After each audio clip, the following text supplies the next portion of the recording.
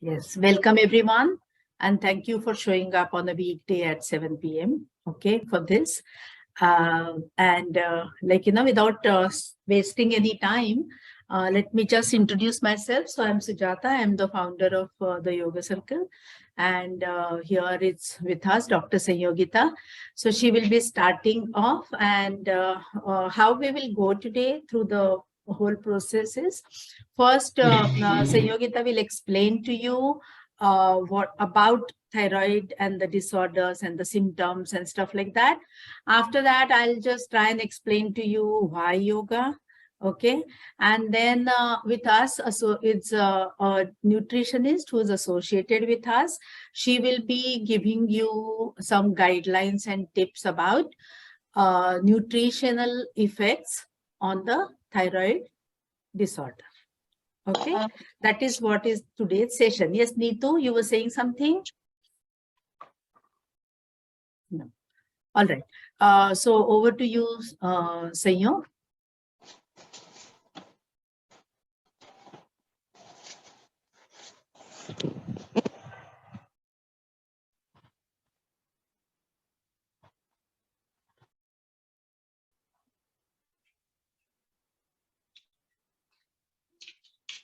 Sanyo, you there?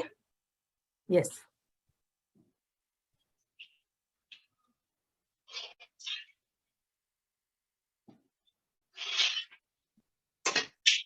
Can you hear me? Yes. Yeah.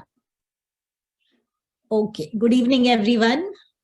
So welcome to yet another orientation from the Yogic team. Nice to see new faces, some old faces also. Okay. So to start with, let us know what is thyroid.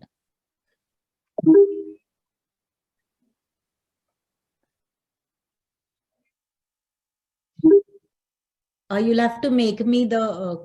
okay. Okay, so I'm sure most of y'all, whenever you are in trouble, you must have Googled. Actually, that's the wrong way of knowing things, but it's, since it's so handy, we tend to just Google, okay, what is happening with my body and what should I do to take care of my body, right? So many of y'all must have Googled or must have learned from your friends, from your doctors, what is thyroid. We have tried to make it very, very, very simple for you to know exactly what the thyroid is. So the thyroid is a gland. It's a small butterfly-shaped gland that is located in the neck in front of your voice box, placed on the air pipe. Okay, so it is here. So we doctors, whenever we find the patient complaining of some symptoms, we usually palpate. So with our fingers, we try to see. So whenever the doctor is doing this kind to you, that is a sign that maybe they're checking for the thyroid. Sometimes when the thyroid is enlarged, we can actually palpate the thyroid. Now when the thyroid, it's very small, it's hardly 4 to 5 centimeters. Okay, so the thyroid is here, and around the thyroid, you have very important arteries and veins, which are carrying blood to and fro from the heart to the brain and rest of the body. Around the thyroid, you also have some nerves, which are carrying important information to and fro from the brain. All right. You also have your food pipe there. You also have your air pipe there. You also have your voice box there. So it makes very obvious whenever there are any issues with your thyroid, all this is going to be affected. All right. Then it is responsible to make T3 and T4, which are chemical messengers, travel through the blood stream, which act on all the cells and tissues of your body. Okay, next slide, please. So when I say all the tissues, it's actually all the tissues of the body. And that's how when the thyroid secretes hormones, it controls the speed at which your body functions. What we call it as metabolism. So it takes care of your metabolism. It takes care of the general growth and development of the body. So they control the energy levels, They control the temperature, they control the heartbeat, digestion, and even your thoughts and feelings. We'll see how. So we all know again, the thyroid gland secretes hormones. It is the T3, T4, and the calcitonin. So it's where calcitonin, TSH will come to it. So T3, T4 it's very important to keep these hormones in a normal range. Why? Because abnormal range will give you a wide range of symptoms which can vary and which can be mixed up with the symptoms of other diseases also. So it's quite confusing. And what happens is they don't show all the symptoms at a time. So there be maybe only few symptoms one day, the other symptoms the third day, another set of symptoms some other day, depending on whatever your body is facing. Usually there are a group of symptoms that they are showing. And that's how it's confusing with, it can just mislead because those symptoms are symptoms of some other disease also. All right. So coming to calcitonin. The word calcitonin. Calci is your calcium. Tonin is to reduce. Now, the function of this hormone is to reduce the calcium level in your blood. So why do you think this happens? So interestingly, behind the thyroid gland, you have another gland, which is the parathyroid gland. Much smaller, very small, is just the size of a rice grain. Okay, that's small. And it is embedded into your thyroid. But the function of that parathyroid gland is to keep calcium levels good in your blood. That's true. Yeah.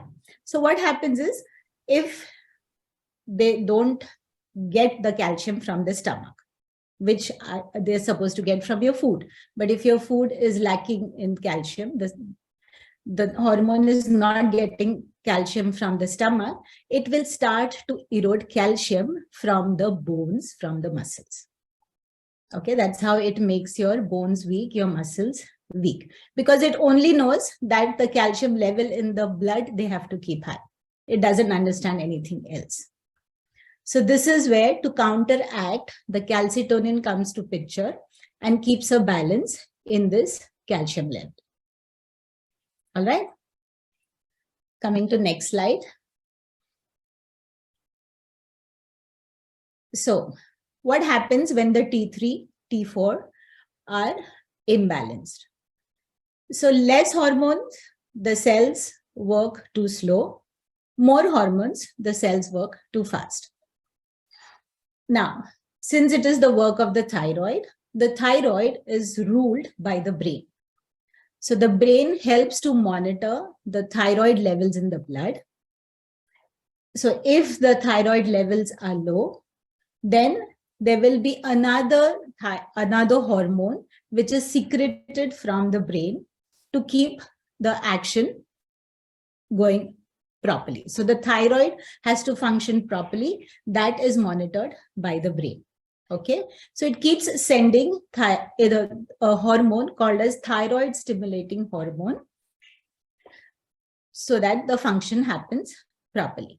Now what happens is, whenever there is more T3, T4 in your body, there will be less of TSH in the body because it has to monitor. Whenever there is less T3, T4 in the body, there will be more hormone coming from the pituitary, that is the TSH, so that the thyroid has to function more. So this is a negative mechanism happening in your pituitary and your thyroid axis. So whenever your reports say T3, T4 is less, TSH will always be more, and vice versa. Now what happens? On the pituitary also, you have another part of your brain which keeps on track that the function should happen properly. So that is another hormone called as the TRH hormone. Okay. No. Yeah. So also we need to know that when your T3 and T4 levels are normal and your TSH levels are abnormal, that means maybe the thyroid is functioning properly, but there is some issue in the axis, which also means there may be some issue in your brain, in your pituitary or in your hypothalamus, which are giving you these weird investigation reports. All right. So next slide. So who are at risk? Again, it's a very, very, very common disease. 40 million Indians suffer from this. Females, we are more likely than the men. Middle age, again, 40 to 60 years of age, we are more likely to hit by these thyroid issues. Family history, so if there is, it is bound. If you've taken those genes, it's bound to come to you. Other medical conditions like diabetes, arthritis, again, make the thyroid more likely to hit you. Nowadays, investigations and reports also say during pregnancy, there are many women suffering from thyroid and diabetes. Next slide, please. So, what causes thyroid disorders? Sometimes it's just congenital. It's just there. You're just born with it. Sometimes it is the iron and the other deficiencies, either deficiencies or excessive, that will create these problems. So when we were talking about the calcitonin, it is the calcium that we saw, how it affects, the thyroid affects the calcium. Now, calcium does not travel alone in the body. Okay, calcium needs company. So only when your body has good amount of phosphorus, good amount of magnesium, and a good amount of vitamin D3, then only the calcium ion can flow freely in the body. So again, if there is high or low of any of this, is going to affect either your thyroid, or if the thyroid is not functioning properly, it's going to hamper the absorption of these. So it's again a very vicious cycle, and we need to take care of our supplements. We just cannot buy supplements off the rack and experiment because of all these processes. Okay, then there can be infection. There can be inflammation, like how we have conjunctivitis, bronchitis, laryngitis. Like that, we can also have thyroiditis. A non-functioning thyroid gland is again another reason to cause thyroid disorders. Then we have this autoimmune conditions. Now, what are autoimmune conditions? Okay, so autoimmune is, so in your body, you have good cells which are taking care of your body, which are keeping your body at a good immunity level, which are keeping your body healthy. And you also have some bad cells. So the job of the good cells is to attack the bad cells, to make it into a debris, and then put that debris into the lymphatic system. But when there is any kind of abnormality, the good cells start to eat the good cells. Okay, they don't realize which cell is good, which cell is bad. They tend to eat the good cells.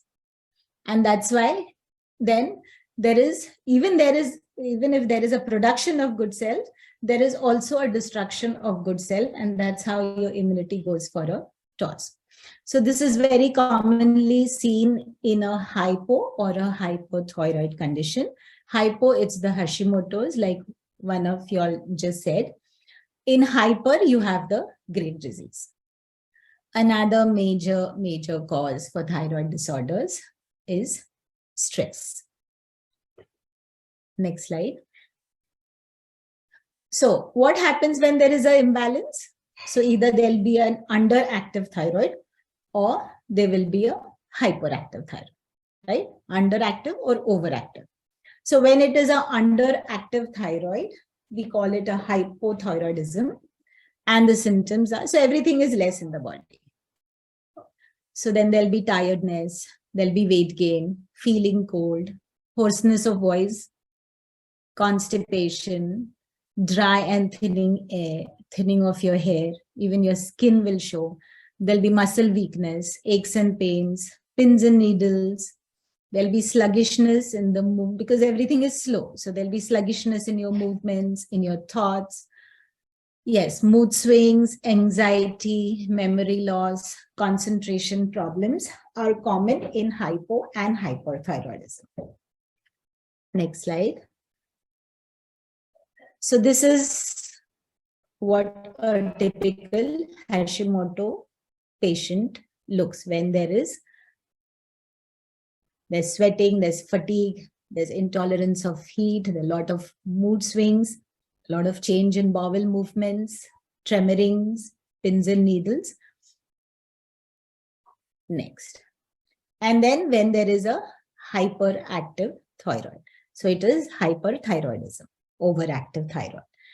Now here everything will be more.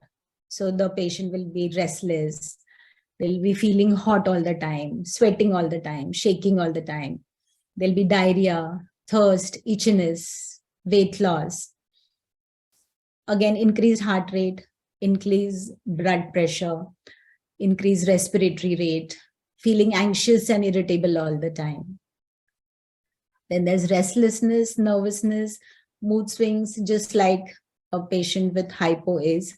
Again, concentration problem, because there is so much of brain involvement in your thyroid functioning. So like we saw Hashimoto's there, here we have the Graves' disease. So this is just a picture of showing what all the Graves' disease, it's all the symptoms of hyperactive. Yes. So what happens when it is untreated? You saw how it affects the brain. When it affects the brain, you will have a lot of poor motor coordination. You will have a lot of mood swings. You will have a lot of depression and other symptoms of the mind, other symptoms of your thought like confusion. There will be loss of memory, brain fog, and when it affects your heart. So you saw how the thyroid was placed, and you have arteries and veins that are just touching the thyroid and going. Any pressure, physical pressure also on these arteries and veins are not going to allow the blood to flow effectively. Okay, which hampers not only your heart rate, but also your blood pressure. Sometimes there is atrophy of heart, sometimes there is hypertrophy of heart, depending on whether it is hypo or hyper. It can affect your lungs. So when it affects your lungs, again, there is a liquid around the lungs, we all know, which kind of protects the lungs. So the thyroid hormone is responsible for that liquid also to flow freely. It is hampered, again, your lungs, there'll be difficulty in breathing and infection to the lungs. Now, why liver and gallbladder? So interestingly, your cholesterol is made in your liver. Okay. T3, T4 hormones are responsible for that cholesterol to flow freely in the body. Now, if there is less T3, T4, they will not allow the cholesterol to flow freely in the body. The cholesterol will be accumulated, which will show high cholesterol. Again, reverse, if the T3, T4 is less, it will show more cholesterol. Gallbladder also same, your bile is there. Again, T3, T4, because metabolism, right? T3, T4 is responsible for your metabolism. It's acting on all the cells of your body. So when gallbladder is making bile and bile is accumulated there, if there is less T3, T4, The bile is going to be remain there and it will start to form stones, bile stones, because the bile is not getting used because there is no T3, T4 to hamper it. Then you have the digestive tract. Either it will give you a sluggish abdomen or it will give you a hyperactive abdomen, like what we saw. Either it will give you constipation or it will give you diarrhea and cramps. Bones and muscles also we saw how it affects. Eyes, yes, there'll be a lot of swollen eyes, protruding eyes, and other eye problems. Dryness in the skin, hoarseness in the voice, dryness in the hair, loss of hair are some of the most common symptoms of thyroid disorder.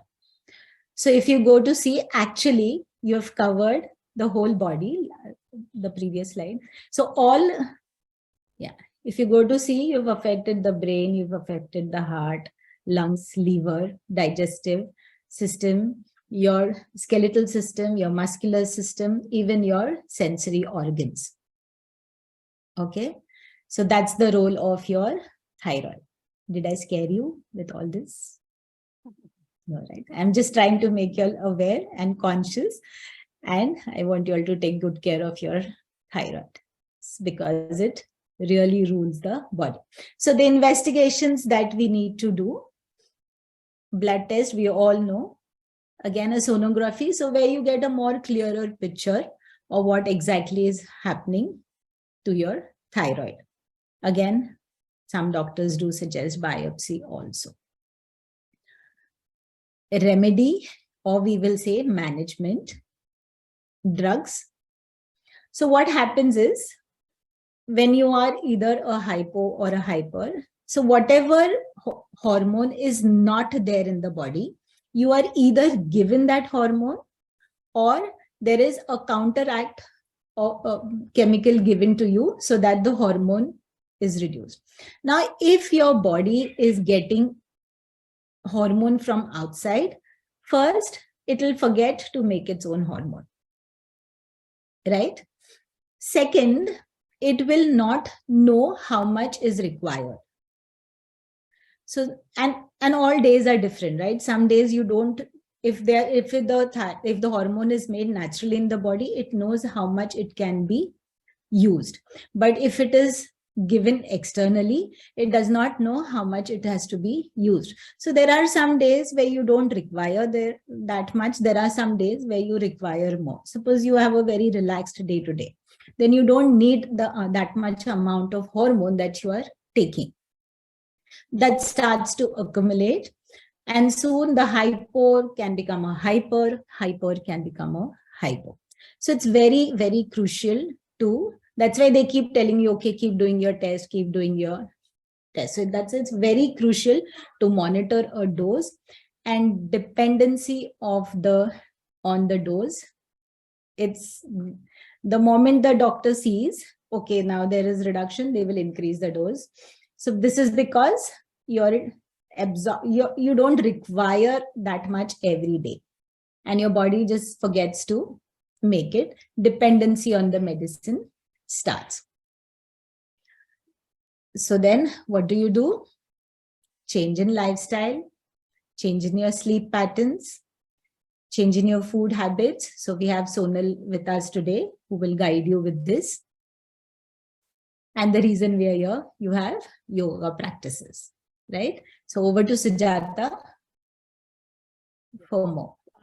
Yes. So before that, any questions? Does it ring the bell, like whatever you've seen in the slides? Those things have you experienced as symptoms? People who do have thyroid problem for a long time. Have you experienced any of these symptoms? Yes, Nazima, Geet is saying Yeah, yes. ma'am. Yeah, I have experienced hair loss, but continuous yoga practices like nowadays I am able to maintain the thyroid level. Okay. All right. But since many years, I think maybe more than 10 years, I'm having this problem. So anyone, any question before we go ahead?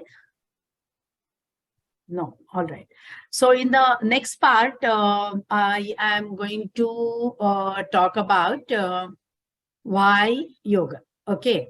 Now, just to say why yoga, we all are convinced that yoga is good. Okay. To convince others is, something very difficult we find. So here I'm going to share some of the research done, not a few of the findings of the research I want to share with you all, so that you see the proof what rest of the world is doing. Okay. And then instead of me telling you that yoga is good and do it, etc., let's just see it from the research papers. Okay. So let me just share those things with you all, and then I'll explain to you what we will be covering. So just see this particular research. It was done in 2019, okay, in University of North Dakota.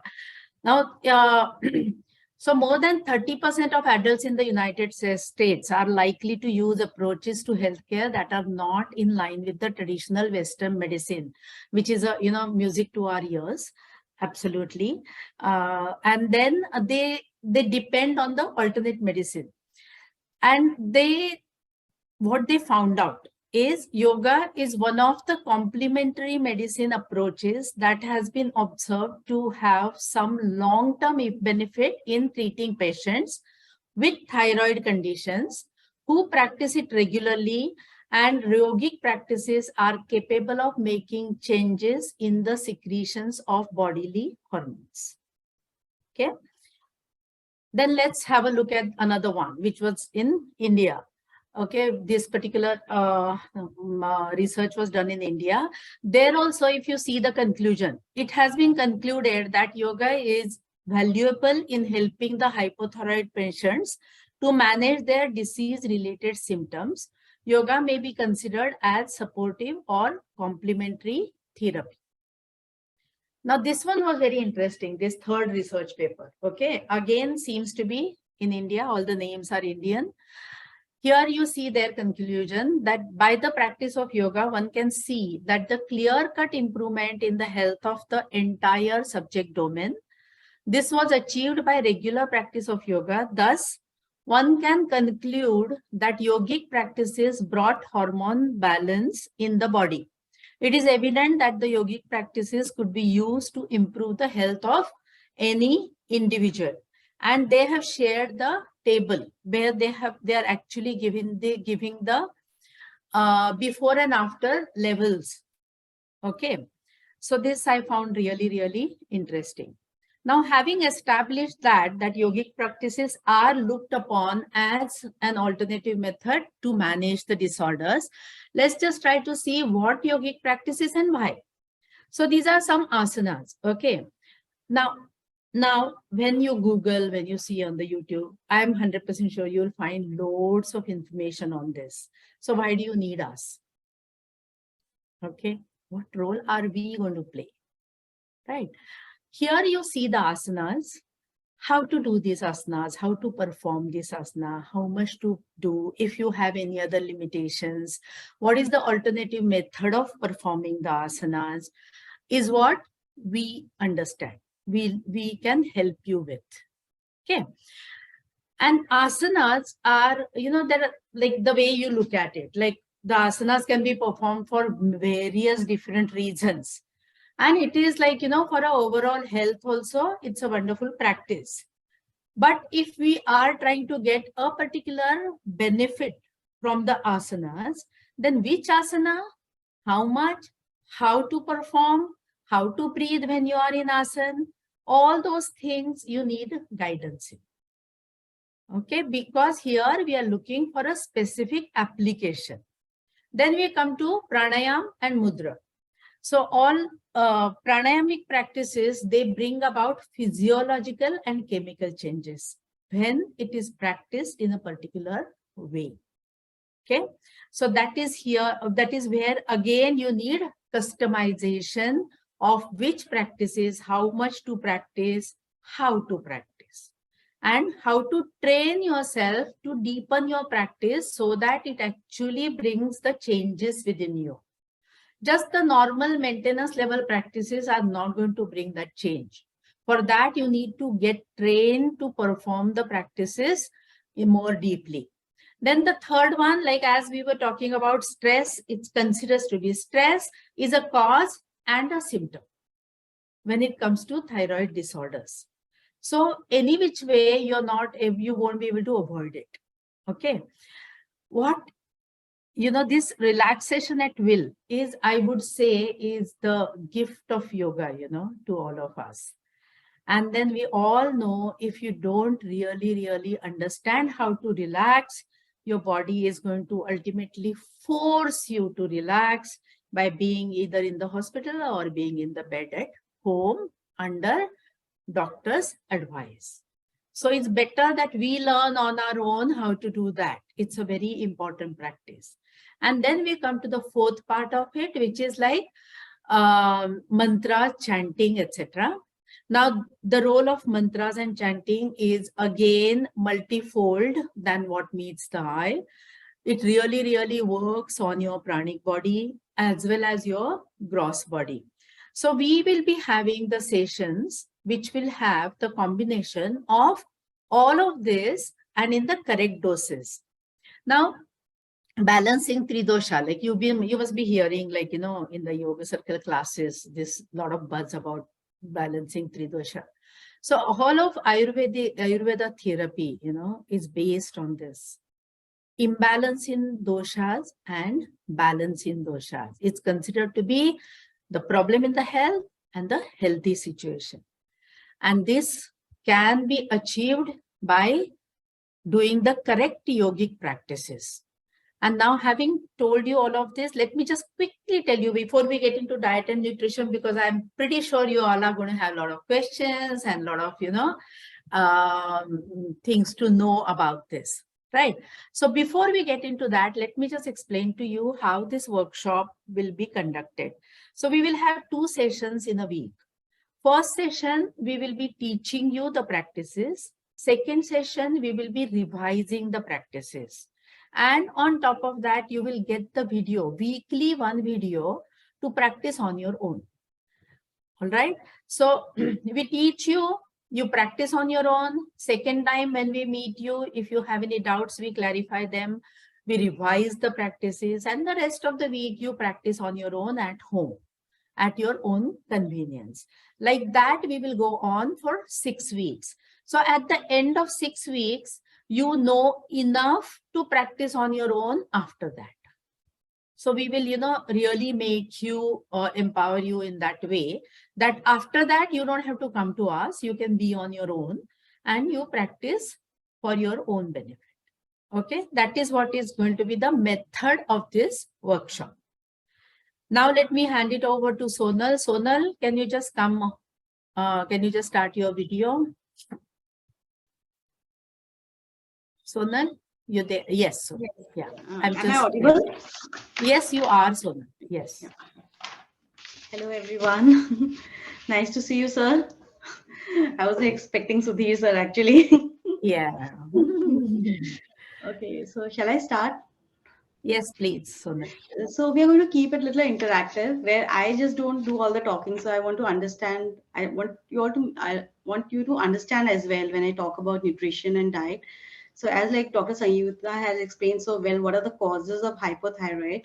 So we know now that poor diet, sedentary lifestyle, and iodine and some other nutrient deficiencies are one of few of the major causes of hypothyroidism. So when we talk about nutrition and diet, so we have to address all the deficiencies which impact our thyroid health, because thyroid is the main gland which affects the metabolism of the body, whether it is carbohydrate, protein, or fat metabolism. It has a big impact in all of the 3 macronutrients. So let's start with all the deficiencies first, which are impacted by the thyroid gland. So if I say that you have white spots on your nails, which mineral deficiency would you think it is? Like having white spot on the nails?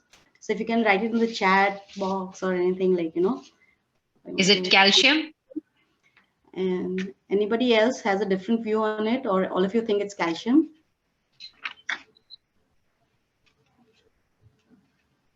So Bhavna is also saying calcium. Yeah, Geeta, calcium. Yeah. okay, so everybody thinks it's calcium, but it's actually a zinc deficiency. So, because we have been taught drink more milk if you have white spots in the nails, right? But it is actually zinc deficiency, and zinc is a very important cofactor for the conversion of T4 to T3. And during COVID also, we had, there was too much of zinc loading and all that was happening, because that is where, zinc is a very important nutrient when it comes to thyroid health. And the sources like pumpkin seed is, I would say, is one of the very main sources of zinc. But then if you're taking on supplementation, like some people are really deficient and we need to supplement them through medicines and all nutraceuticals, then you can't overdo on it, because zinc replaces copper as well. And when it replaces copper, then you start having copper deficiency, and then you start getting leg cramps.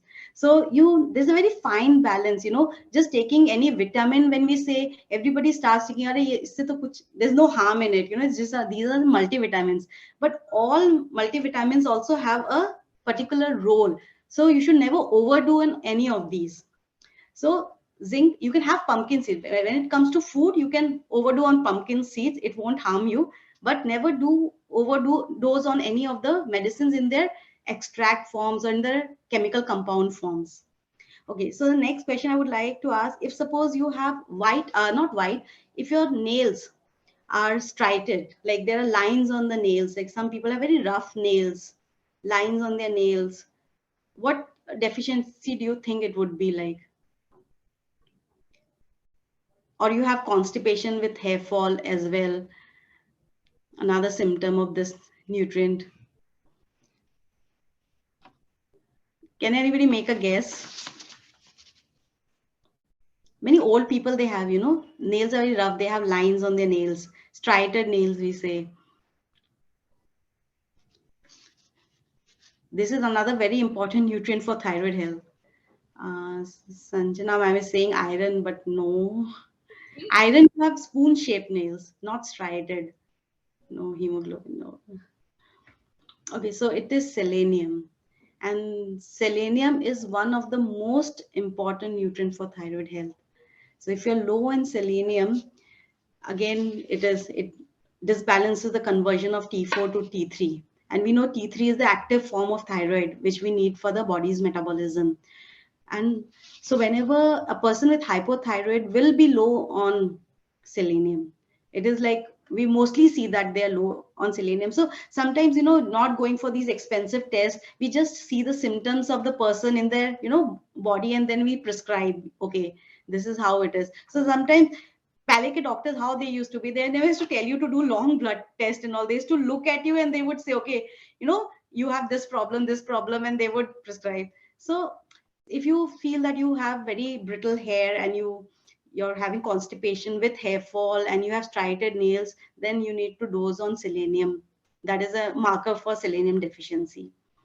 Okay, another one, if you're very fatigued and you have dark circles, which deficiency do you think you would be having? Dark circles, which is very common actually.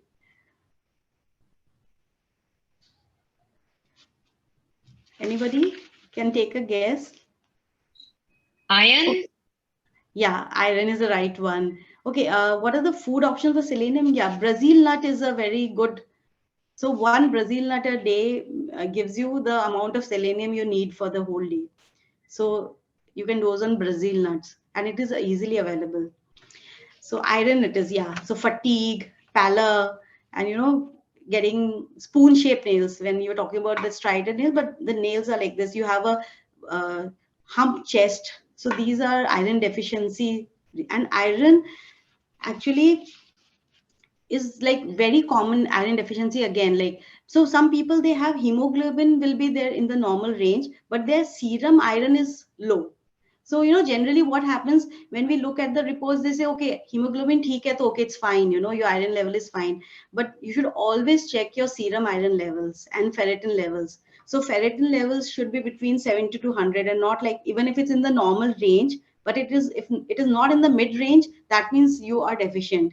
So you should take care of iron. And iron is again dependent, you need vitamin C for the absorption of iron. So that is very important. Suppose if you're having uh, dates and prunes for your iron, then you should also have an avla for your iron, or a guava. So dosing vitamin C having along with your iron foods helps in the absorption of iron. And if you're a vegetarian, then you really need to dose on the vitamin C, because then heme sources are still very rich in iron, but the non-heme sources are difficult to be absorbed in the body. So again, iron foods are like the spinach, dates, prunes, the black raisins, garden cress seeds. So you dose on all that if you are suffering from hypothyroidism. And again, another vitamin which is very important is vitamin D. So vitamin D, we are seeing it's like a becoming pandemic in itself, where every other person is deficient in vitamin D. So in the food sources for vegetarian, it becomes very difficult. So supplementing through medicines is important. But then again, how Dr. Sanyogita was talking about the role of calcitonin and PTH in the metabolism of thyroid health. So you have to be very careful when you dose on vitamin D, because PTH will come down when your vitamin D increases. So we don't want that it to come down too low also. And you should do it under the supervision of a doctor. But 5,000 IU per day is all right. If you're low and you're dosing it on it, then that is a safe limit to dose per day, 5,000 IU. So now, like, what kind of diet should be there for a person with thyroid issues? Is what do you think about protein? Do you think protein is very good for hypothyroidism or thyroid health? Should we do have a lot of protein in the diet? What are your views on that?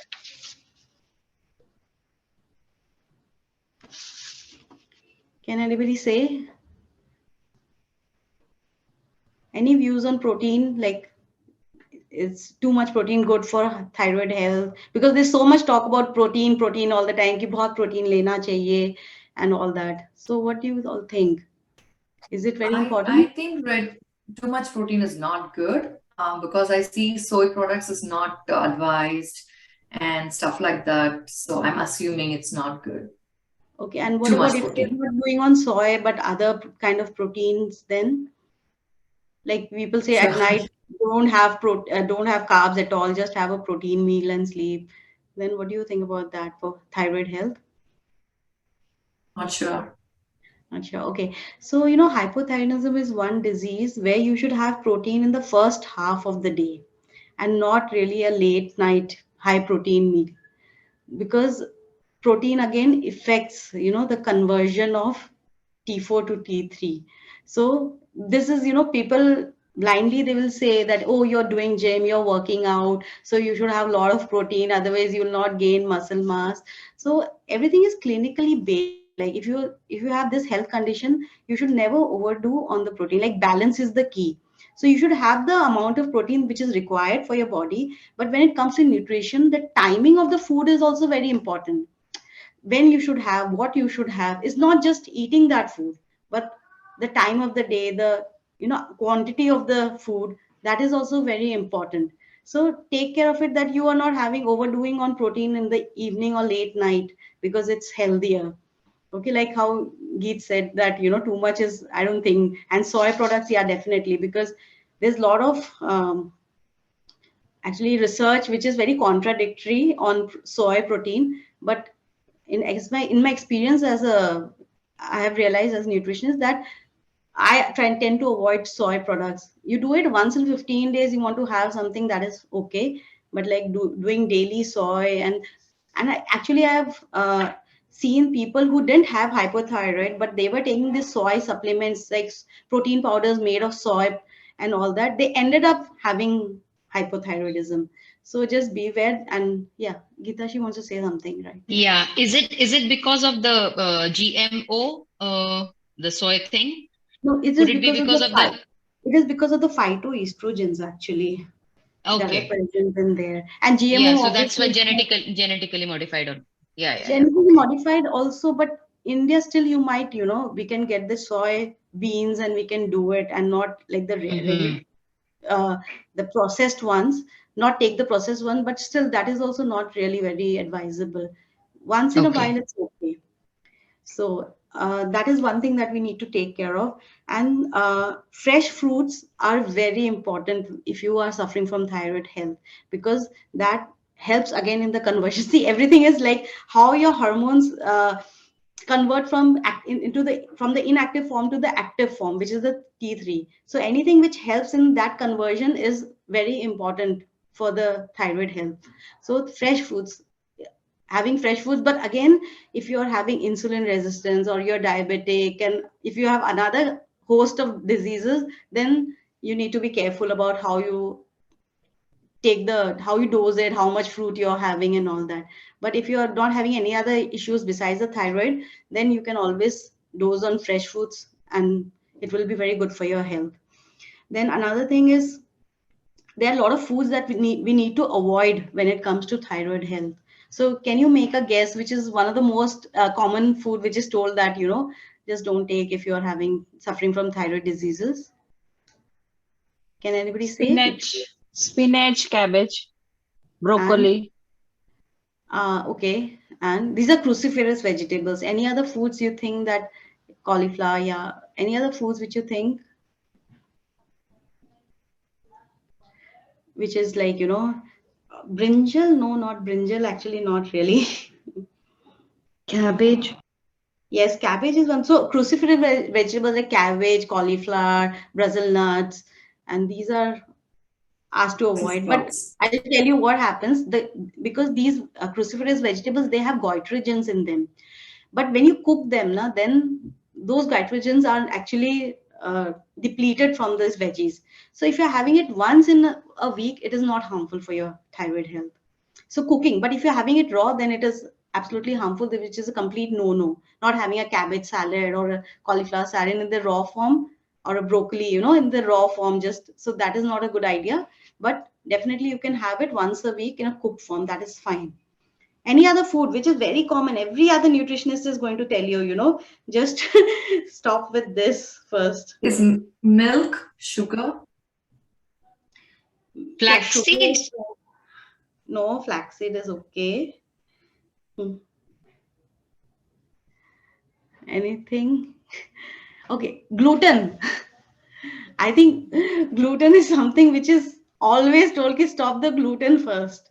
Okay, so what happens is when you are having hypothyroid or Hashimoto's and all that, so you tend to have a leaky gut as well. So that is why it is told, that you stop the gluten. And gluten sources, you all know, I hope, like wheat, oats, barley, rye, these are all gluten sources. So if you have a gut condition along with your thyroid, then you should reduce or stop it and see, does it make you feel better. So important thing is symptomatically how you're feeling. That is also very important when you're doing a diet. So it doesn't mean that you're feeling so cramped with what you're eating and then you're continuing it because it is good, because it is not doing any good to you. So whenever you are following any diet, you should see how your symptoms, whether your symptoms are improving, whether you're feeling lighter and more energetic in your body. So that is the first hallmark of saying, okay, you're on the right track.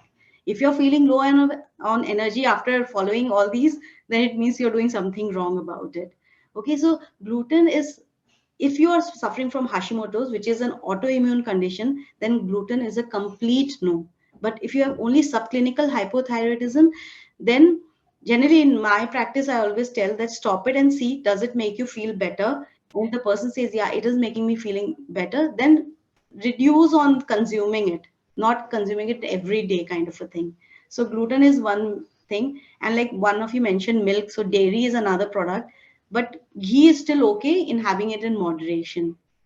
So this thing, any of you have, if you're having hypothyroidism and postmenopausal, are you suffering from any of these conditions like palpitations or insomnia and all that?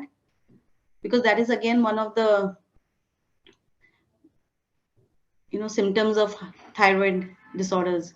Any of you are suffering? I Yeah. So do you have caffeine in your diet? Do you take coffee, tea, and all that? I take tea. Yeah. So again, tea and coffee, which will, so you need to give up on it and see that how you feel without it. I know people who love tea will hate me for it, but if you are having these anxious anxiety issues, palpitations, insomnia, then you should stop it and see caffeine. Caffeine increases all these conditions. So you should also, take care of it, like, and observe, is it helping you or not, and first reduce the amount of tea or coffee you're having, and then see, does it make Okay. it feel you better, and try it. So all Sure. these things we've talked about. Iodine is something very important. So like how Dr. Sanyogita mentioned, that iodine deficiencies. So iodine is one nutrient you have to be very careful about. If in excess also, it can cause a lot of thyroid issues, and in deficiencies can also cause. But if you're, how many of you here love strawberries? It's in season, pineapple, strawberries, these. But thankfully, sir, you don't have Hashimoto's, so it's fine. You can have. So people who have Hashimoto's should avoid pineapple, strawberries completely, because it's very high in iodine.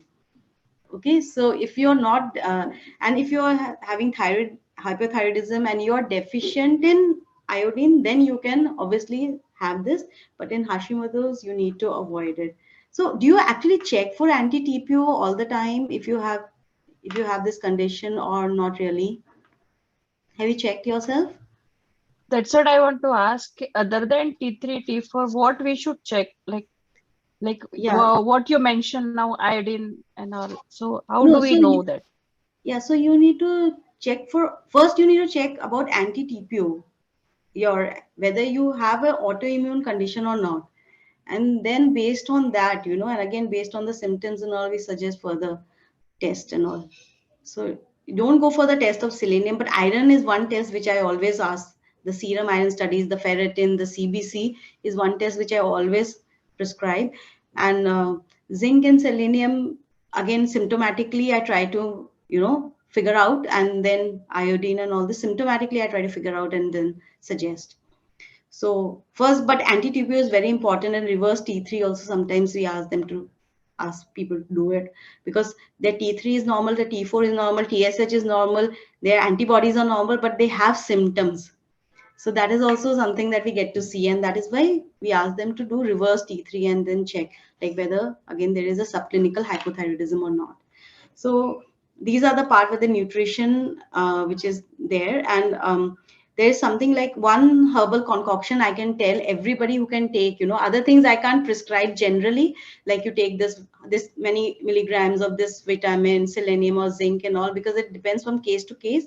But this herbal concoction, taking 1 teaspoon of coriander seeds and 1 teaspoon of cumin seeds, and boil it in water like for 10 minutes or so, in 300 ml you can just put this and boil it till for 5 to 10 minutes, and drink it every day empty stomach. If you can do it twice, it is all the more good, before sleeping also and waking up. So it really helps in thyroid health. So many clients who have come to me with very mild rise in their TSH and other parameters are fine, only without taking the Eltroxin or the Thyronorm medicine, only with this protocol and following a healthier diet with, with all this, they have able to come into the normal levels of their TSH again. So just try this concoction and see whether how it helps you and all. Coriander And seeds and which seeds you said? coriander seeds and cumin seeds, jeera. Cumin. Okay. Yeah, cumin seeds. Sonal ji, One I've teaspoon. been doing that for the past a month and a half, and I'm seeing a lot of changes. And what you're saying is right. Yeah. So it's really helping me, and my husband's also doing that now. Yeah, yeah. Thank So you. even see, I have seen this, like first thing that I ask them, please don't, somebody who's just had a mild increase in TSH, please don't get into the pill immediately. Just try lifestyle changes and these few tips and all, and some multivitamins and all, which I suggest. And their thyroid actually improves and they don't need to get on the meds. So it's really helpful. And one aromatherapy also, it is, I can suggest, there's this geranium oil that comes, like, you can just add it to any carrier oil like coconut oil and all, add 5 to 10 drops in that oil and get a body massage, or you apply it and do it massage. It's for the stress relieving part of the, because stress we have, how we have understood it's a very important, like it's one of the cause and the effect of, that is a beautiful line, ma'am, actually, the cause and the effect of like thyroid issues. So it really helps you relieve all the stress out of the system. So geranium oil is also a very good addition which you can do to your lifestyle. So I think I can take up any questions with the nutrition part if anybody wants to know. If we are suffering, like I'm suffering from more than 10 years now, okay? Hmm. So Hmm. how, see, my thyroid levels are normal now, but Hmm. when, is it advisable to stop the medicine, or how do we know about that? No, it is. It's advisable. It's not advisable immediately unless until you make lifestyle changes. So first, and what vitamins? Actually, I need to know your complete history and everything. I just Okay. can't suggest, whether you can stop the medicine or not. But if you're having any symptoms and all, you need to take care of your No, I'm lifestyle. not asking. I'm in general, I'm asking like what is the protocol for that? I'm not sure about it. Yeah, can I take that, Sonal? Yeah, sure. Yeah. Azima, don't immediately stop your medicine, but of course keep a track. We can always reduce if you have changed your lifestyle. Like you said, you've been practicing, if you've changed your food habits, and if you're taking care of yourself, I'm sure the dose can go less. Yeah, Okay. it has gone from 100 to like very less now. Yes. But under the observation of your doctor, thyroid is reversible as long as you take care of yourself. Yeah, the Okay. doctor only Thank will you. reduce your Yes, dosage you can. actually. We don't Yeah. interfere with it. The doctor only does it for you. Yes. So we do reduce the dose. Like since you are taking care of yourself, since you know now what is helping you, thyroid is reversible. And somebody mentioned I that have, about osteoarthritis and brittle nails and obesity. Yeah, these are all uh, again the symptoms. It can be related to hypothyroidism also. So Yes, Geeta Shri wanted to ask something. yeah, I wanted to ask, is there any I mean, this is my first question. Is there any relation of PCOS with thyroid? Because I'm asking about for my daughter. She's also having PCOS. She's struggling with that issue. And Yes. as I have thyroid, so how much are the chances for her to get it at an early age? And B, the thyroid medicine, does it have any side effects? If so, what are the major side effects that the thyroid medicine can show? yeah, so So I'll answer the second first. The thyroid medicine, it'll just, your body will be dependent on it. So like I said, your body will stop making its own thyroid because you're already getting it ready built. Okay. And then the body will not know how much is required and how much is to be used. It will just keep on using even if it is not required. Okay. That itself will create a lot of complications. And Okay, yes, okay. PCOD, PCOS it's all interrelated. Like I showed you all the organs. I did not include the reproductive organs, but yes, reproductive organs also, there's a lot of connection between them because it's hormones, right? And all the hormones are interdependent on each other. So, Okay. there I would like to add one thing. Prolonged use of this thyronorm and L-troxin can also lead to hair fall. Prolonged use. There's some research which says that, and hypothyroidism also, the hair fall is one of the symptoms. So whether it is, so there's some research which says that, and the connection between hypothyroidism and PCOS is the insulin resistance. Yeah, So okay.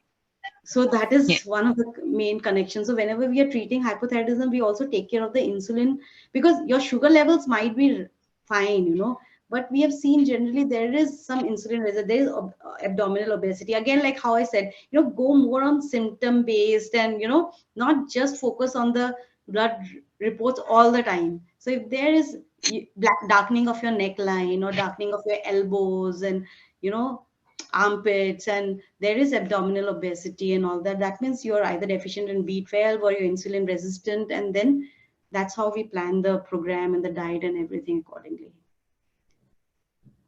and supplements Okay. what need to be given. I have a question. Yeah. You were talking about selenium nuts. Is there any alternative selenium? Fish. So what other food sources Yeah, are you see, you there? can have sunflower seeds as well. These are also Okay. very important for thyroid health, which I forgot to mention. Sunflower Okay. seeds is one very good option. So all the thyroid patients, sunflower seeds is again included in the diet. So it's a Okay. very And you important. also mentioned leaky gut. Is there any symptoms? I mean, sometimes it doesn't even, it's not Oh noticed. my God, leaky gut itself is a very big chapter. You know, I need another half an hour, 1 hour to explain leaky gut. Okay, But okay. so, but generally, you will have gut issues if you have a autoimmune Hashimoto's, autoimmune condition like Hashimoto's and all, and Okay. all autoimmune conditions. In fact, whether it is rheumatoid arthritis or IBS or Hashimoto's or MS, everybody ends up, having starts with the leaky gut first, and then Okay. they end up having nutrient deficiencies and all that. Okay. Thank you.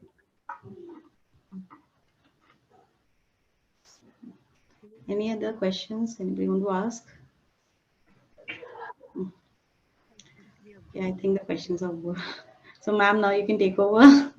Yeah, thank you so much, Sonal.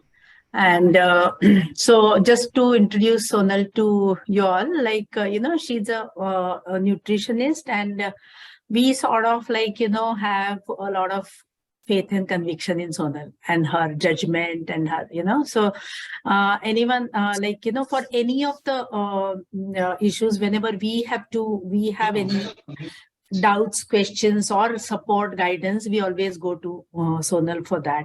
So any of you, we can share her number with you all. So she is associated with the Yoga Circle.